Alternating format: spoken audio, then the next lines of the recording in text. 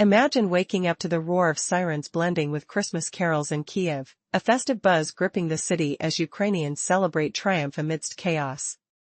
But in Moscow, a stark contrast unfolds, a holiday shrouded in terror, with Putin desperately concealing the grim truths. On December 25, 2025, the sky over Russia ignited unexpectedly, lit by crimson flames slicing through Putin's illusory victory parades. The nation's energy core stalled in one colossal, orchestrated strike, the most ruthless in history. Refineries from southern borders to Siberia's vast depths erupted in sequence, daylight replacing midnight gloom. Capital streets echoed with blasts from shattered police vehicles, factory behemoths engulfed in fire eroding Putin's veneer of unbreakability in an instant. Dawn revealed not holiday cheer, but an inferno fueled by Russia's own crude riches.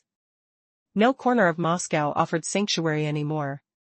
Ordinary folks and elite tycoons alike glimpsed the void of protection. Even Putin, faced with these onslaughts, confronted undeniable reality. Now, we peer into the devastation unleashed during Christmas, and explore how it might spur Russians and their oligarchs to forsake him. Can Putin's hold on power crumble under attacks that expose his vulnerabilities so brazenly? Picturing the acrid smoke choking the air, the ground trembling beneath coordinated explosions. This isn't haphazard luck, it's a masterful, multi-tiered siege etching its name in warfare annals, breaching Russia's aerial defenses like a needle through cloth. Ukrainian spymasters and forces. Probing vast terrains and exploitable fault lines, engineered simultaneous assaults on 5 pivotal nexuses. Diving into the strategy unveils why Russian defenses faltered so utterly. What hidden genius made this strike unstoppable? The saga unravels further, revealing whispers of betrayal that could shatter alliances. Recalling the synchronized assaults that pierced Russia's sky, we turn to the core devastation, in Rostov, where the Novoshakhtinsk oil refinery, an energy titan, suffered the gravest hit. This wasn't mere fuel hub, it pumped life into army tanks, transports, and convoys across the southern theater. Processing 110,000 barrels daily, or roughly 5 million tons yearly, it stood as southern Russia's paramount producer. Midnight's menace wasn't clumsy kamikaze devices. Ukrainians launched precise Storm Shadow missiles, bunker-penetrating marvels from the west. Eyewitness tales and broadcasts depict them homing on distillation spires and reservoirs, evading defenses entirely. NASA's satellites spotted intense thermal spikes post-impact, signaling deep havoc in production cores. The 450-kilogram payloads punctured barriers, detonating internally, reducing the plant to mangled ruins. Can oligarchs investing in Rostov still pledge faith in Putin? Citizens shipping oil or toiling there likely feel their Kremlin confidence evaporate. The elite and masses, under unprotected livelihoods, might demand accountability. Yet Rostov's fury pales before Eastern horrors. What red smoke signals a potential elite exodus? The tale twists as distant blasts threaten to ignite internal revolts. Building on Rostov's refinery ruin exposing Putin's shield as fragile, shift eastward to Orenburg, far from battlefronts, deemed impregnable until Ukrainian drones shattered the illusion. Security forces unleashed advanced, radar-evading aerial hunters, navigating solo over extensive ranges to assail the behemoth site. Russian sensors missed these low-flying phantoms. Result? Gas isolation hubs, the factory's weak pulse, ignited, flames leaping skyward for miles. This validated Ukraine's reach into Russia's shielded depths. The Orenburg gas complex, processing 37.5 billion cubic meters annually, hummed as a chemical colossus. Imagine the outrage of local moguls, fuming at Putin's endless crusade. Economically, it's a dagger to export coffers. Halting such volume ripples global markets, but Russia's economy bleeds most, halting plastics, fertilizers, and compound precursors. Billions vaporize in petrochemical voids.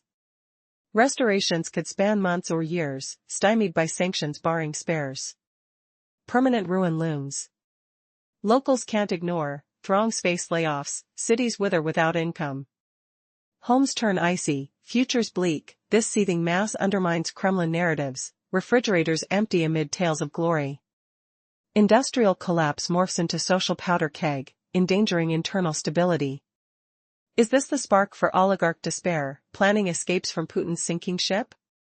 Unexpected folds emerge as southern hubs ignite next.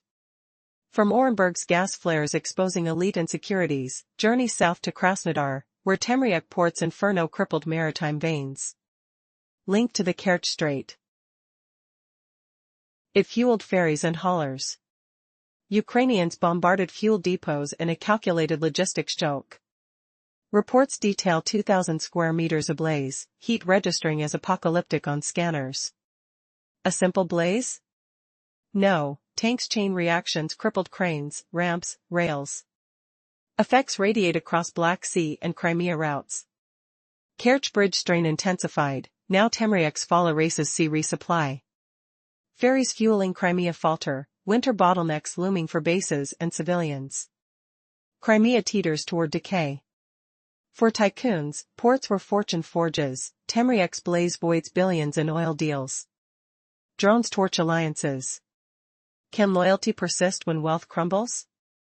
Elite murmurs of a Putin-free era might amplify. Perhaps cabin crew spot leaks first, plotting departures. Saratov's sirens foreshadow more turmoil. Will logistical snarls fuel widespread rebellion? Twists reveal how choke points unravel empires. Echoing Temryuk's blaze strangling Crimea's lifelines, Saratov's blasts echoed holiday dread. Logistics pivots here crumbled under saturation drones. Swarms cluttered defenses, enabling strikes on cracking towers converting crude to fuel. Imagery shows ebony plumes from shattered stacks, not vents, halt all output. Volgoside refinery vital for interior fuel flows.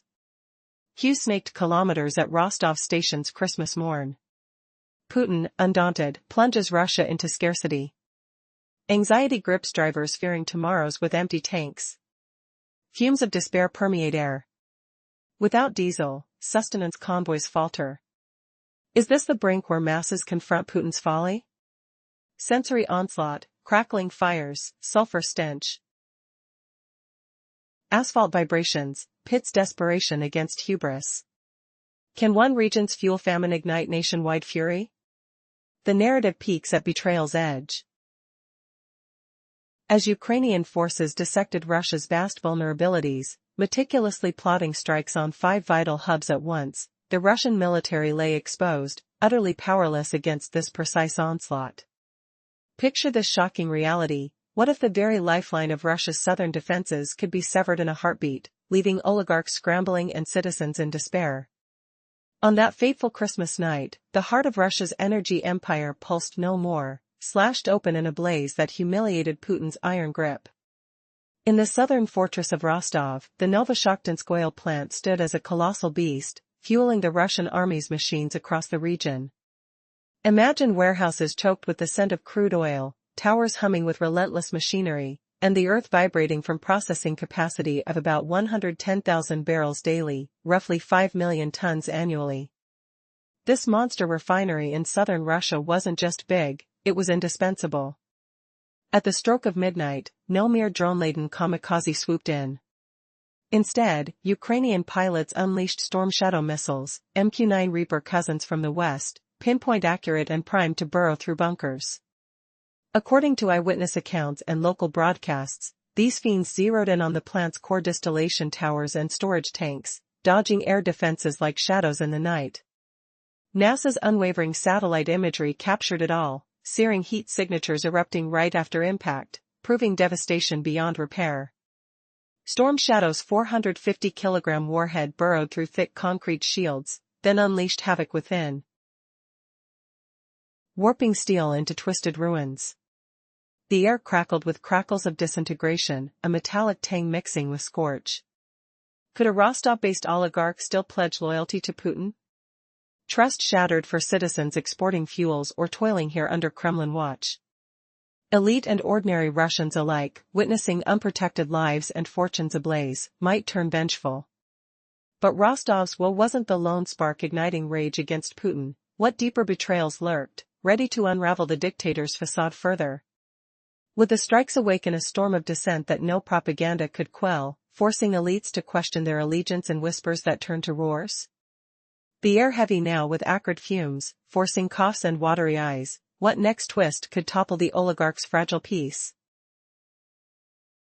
Russian citizens and the elite, witnessing that their own lives and livelihoods hang unprotected by the government, might justly demand accountability from Putin.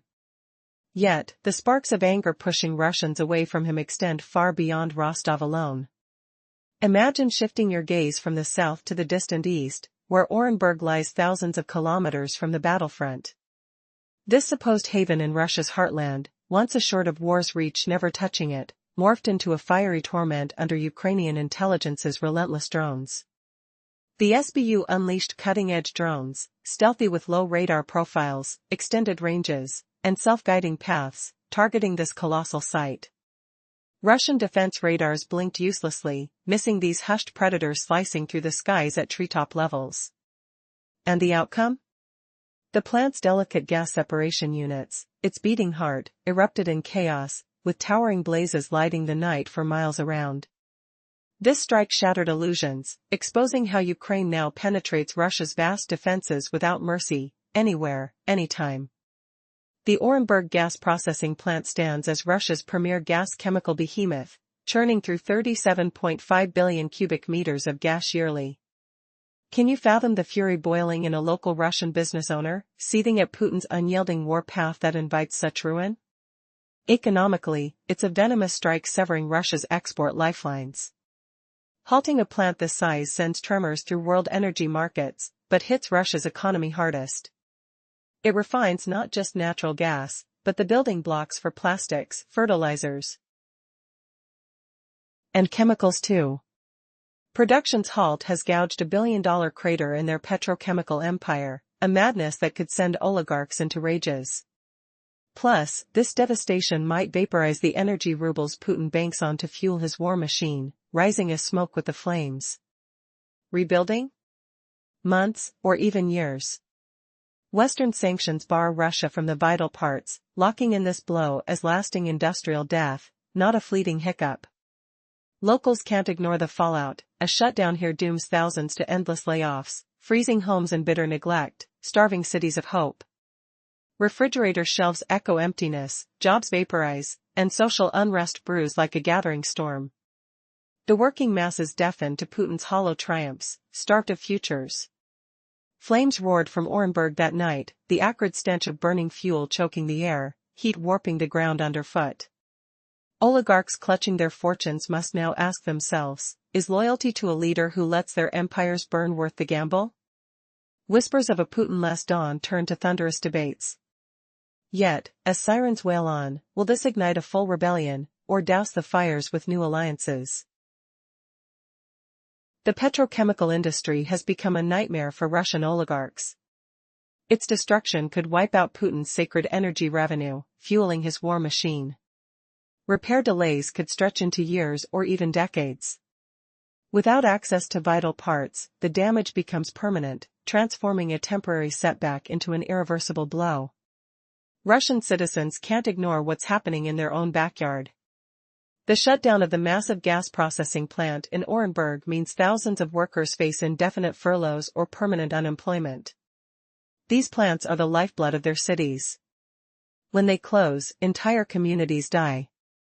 The scent of despair hangs in the air as families struggle to keep their homes warm and hope disappears in the cold. As starvation and unemployment grow, the ruling elite's grip starts to shudder. The people aren't listening to Putin's confident claims of victory anymore.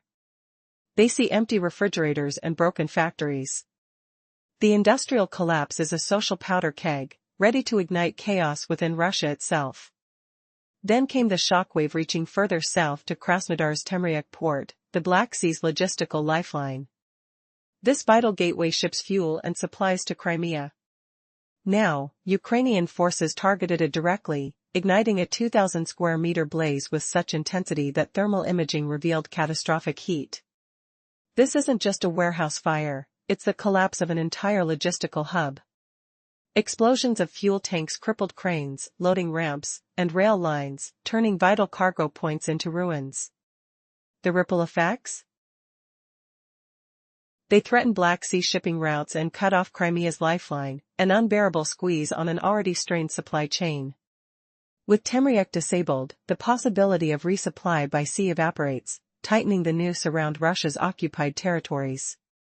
How long can Moscow hold on when its crucial supply arteries are severed? As the flames from Temriuk port flicker in the night sky, a new crisis unfolds across Russia's heartland. The destruction of critical infrastructure isn't just an attack, it's a calculated blow aimed straight at the very soul of Russia's economy and security.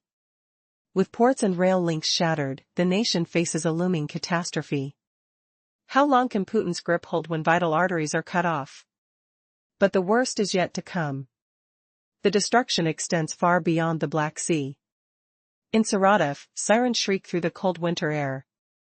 Explosions echo against the Volga River, shutting down the city's lifeline, the fuel refinery that fuels the entire interior. Imagine the stifling silence after the blasts, broken only by the distant crackling of flames swallowing the refinery. Crucial to keeping the engines of Russia running, this facility's collapse threatens chaos in the streets. Russian citizens wake to a grim reality, long queues snake past gas stations, desperation thick in the air. The scent of burning fuel and cold metal pierces the morning calm. The people are terrified. Without fuel, their homes, their trips, their futures grind to a halt. Can Putin's government sustain this chaos? Or are these the cracks that will finally fracture his rule? Meanwhile, far from the front lines, in the city of Saratov, whispers of escape spread among the elite. Could this be the beginning of a new chapter? Are the oligarchs, those who once profited from these colossal refineries, ready to abandon the sinking ship? As billion-dollar contracts evaporate and industry burns, the question looms, how loyal can they remain to a leader who's lost control? And what about Crimea? The port of Temriuk's destruction is not just a local disaster, it signals a strategic meltdown. The blockade of resupply routes threatens to turn Crimea into a ghost town, an area encroached by stagnation and fear. The once busy shipping lanes and logistics hubs now lie in ruin. If the ships cannot dock, the entire peninsula risks becoming isolated, cut off from hope, as the weight of war crushes the last remnants of stability. All across Russia, the sounds of sirens, explosions, and crackling radios create a haunting symphony of a nation unraveling. Each strike reveals another layer of vulnerability, each burned-out refinery, each sinking port, fueling a rising tide of doubt. How much longer can Putin's narrative of strength withstand this hurricane of destruction? Or is this the dawn of an impossible choice, surrender or collapse? As darkness falls and the fires still burn, one thing becomes painfully clear: Russia is bleeding from every wound inflicted by its enemies. The question now is not if but when this crisis will spiral beyond control, and whether the nation can recover from the chaos that's engulfing it. The situation in Russia is rapidly deteriorating, and the scale of destruction is beyond anything seen before. The attack on the Saratov refinery, a crucial hub on the Volga River, signals a new chapter of chaos. This is not just about a fire, it's a catastrophic domino effect that threatens to destabilize the entire nation. As flames flicker and black smoke billows, the true disaster begins to unfold. On Christmas morning, Russian villagers faced an alarming scene: long queues snaked through the streets, hundreds of vehicles idling with engines rumbling. People clutched their fuel cans, hearts pounding with fear. Why? Because the strike at Saratov has cut off the flow of vital fuel supplies. Now, in the dead of winter, Russians are confronting the horrifying reality: without fuel, everything collapses. Food trucks halt, supermarkets empty, and icy cold creeps into their homes. This crisis is no longer a distant threat, it's immediate, piercing through their daily lives like a sharp winter wind. But how did this happen? The answer lies in the fragility of a nation stretched too thin. Ukraine's strategic strikes targeted key points that Russian defenses failed to protect. The attack on Saratov's refinery was no ordinary assault. Western-made Storm Shadow missiles, precise and bunker-busting, struck with deadly force. They obliterated the refinery's critical processing towers, core arteries that supplied fuel to tanks, trucks, and soldiers in the south. Witnesses described the deafening blast, and a glowing inferno that lit up the night sky. Satellite imagery confirms that the damage was severe. Heat signatures blazed across the area. Inside, the refinery's core was reduced to twisted metal and shattered concrete, irreparable in the foreseeable future. The repercussions are staggering. Imagine the Russian oligarchs, whose fortunes depend on the flow of oil and gas. They feel this loss directly. The trust in Putin's leadership erodes as his energy empire crumbles before their eyes. The Russian population, already burdened by inflation and rising costs, now faces the nightmare of fuel shortages. When gas stations run dry, panic spreads like wildfire. Families scramble for supplies, trembling phones, cold breaths visible in the air, as the nation grapples with its darkest hour. The war that once was fought in distant Ukraine now strikes painfully close to home, in their homes, their routines, their very existence. How did they let their defenses fall so badly? The answer reveals a grave oversight. Russia's limited air defense systems, concentrated mostly along the front lines, left crucial facilities exposed. Ukraine's army exploited this vulnerability masterfully. On that fateful Christmas night, they executed a sophisticated campaign, using long-range drones and missiles that slipped past radar, penetrating layers of defense. Each attack targeted a different critical point, one hit in the south, another in the east, each exploiting a weak spot. These facilities were left defenseless, exposed like sitting ducks. The result was chaos, fires raged, equipment was destroyed, and hopes of resilience evaporated. The destruction extended beyond fuel. The port at Temriuk, in the Krasnodar region, also fell victim to Ukrainian strikes. That port, a vital gateway for supplies heading to Crimea, was engulfed in flames. The explosion shattered its infrastructure, loading equipment, rail links, and storage tanks. The fire's roar drowned out any hope of quick containment. As the port burned, a ripple of disaster spread, cutting off sea resupply routes, choking Crimea's vital logistics, and threatening to isolate entire regions. The once bustling port, the lifeline of energy and goods, was now a smoldering ruin. For the oligarchs, this isn't just a setback, it's a financial blow. Billions of dollars in contracts evaporate as export channels close. Their assets, once glittering symbols of power, are now at risk. The loyal circle around Putin begins to question, how long can their empire survive amid such relentless assaults? Rumors circulate, whispers turn into debates. Are these attacks a sign of Putin's weakened grip? Could a new power rise from the ashes? The elite's confidence is shaken, and some are quietly planning their escape. Meanwhile, the Russian people's patience snaps. In cities like Sabotage, signs of unrest appear. The air thickens with frustration, the smell of burnt fuel and cold metal lingers under a gray winter sky. People gather at gas stations, filling cans hurriedly, uneasy, perhaps even angry. Their daily struggle, finding enough fuel to heat homes, keep vehicles running, becomes a symbol of Putin's failure. The war is no longer only in Ukraine, it's in their kitchens and on their streets. This anger bubbles beneath the surface, threatening to erupt and challenge the regime itself. Every new strike, every fire, each shattered factory, reveals a brutal truth: Russia's industrial backbone is breaking. The destruction is not just physical, it's strategic, social, and psychological. The nation stands at a precipice, teetering on the edge of chaos. As the winter deepens, so does the crisis. Fuel shortages transform into a social upheaval. The question remains, how much longer can Putin hold the fragile illusion of control? And what is the true price of this relentless war? The answers are burning just like the fires lighting up the night sky, perilous, unpredictable, and devastating. On Christmas night, a devastating strike shattered Russia's energy backbone. What appeared to be an operational masterstroke turned into a catastrophic blow for the nation.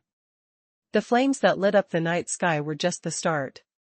The real disaster didn't end there. It unleashed a chain of events threatening to dismantle Russia's entire military and economic system. Imagine the dominoes falling one after another. The shutdown of critical infrastructure, Novoshakhtinsk refinery, Orenburg gas plant, and Temriuk port, was not mere accidents.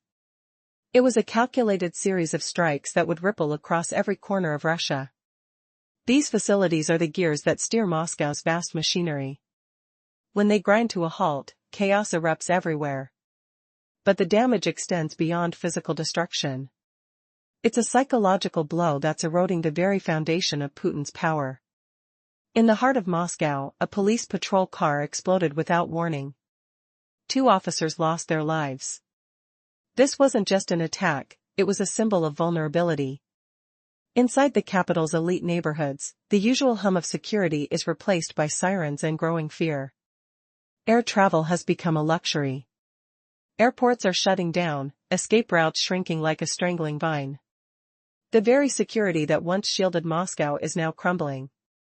How long can a government stay strong when its own police are targeted? As the Kremlin's authority cracks, a dangerous question emerges: who can they protect anymore? Trust in the system is evaporating. The elite, once confident in Putin's invincibility, now see their fortunes slipping away.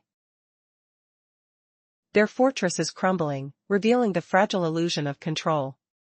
When even loyal oligarchs begin to doubt, the regime's grip on power is at risk of slipping into chaos. Every new explosion, every targeted attack, sends shockwaves through Russia's veins. The nation's infrastructure is no longer just a battlefield, it's becoming a wasteland. The resilience that held Russia together is giving way to fear, chaos, and uncertainty. The question remains: will this series of strikes finally topple the regime's ironclad dominance? Or is the true collapse just beginning? As the luxurious neighborhoods of Moscow, such as Rubliovka, are engulfed in a tense silence interrupted only by piercing air raid sirens, the reality of the country's turmoil becomes painfully clear. Normally bustling airports have become ghost towns, their gates closed due to relentless drone attacks. Flights are cancelled, and escape routes are shrinking, trapping the elite and common citizens alike in a web of escalating chaos. The nightmare that no wealth can shield against is unfolding, a security collapse no amount of money can prevent. Deep divisions are forming within the regime. Military leaders and wealthy businessmen secretly calculate who will abandon ship first. Loyalty is no longer a given, survival instinct now rules.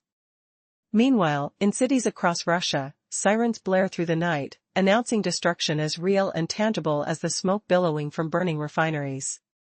The propaganda machine is losing its grip.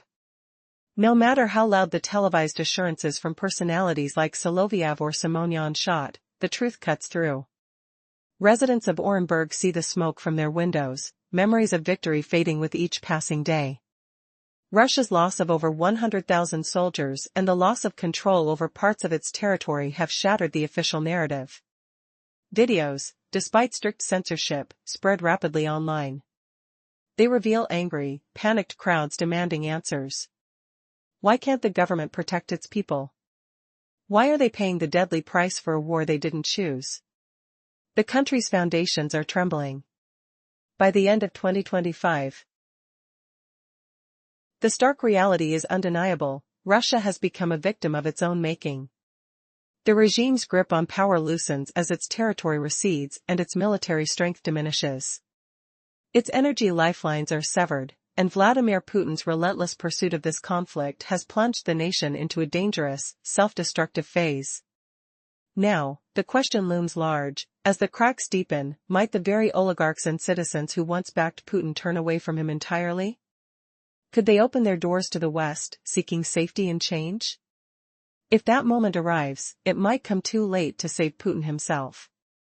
What do you think lies ahead for Russia? Could this be the twist that finally topples the regime? Share your thoughts below. The future is uncertain, but one thing is clear: the fire of rebellion may soon burn brighter than ever.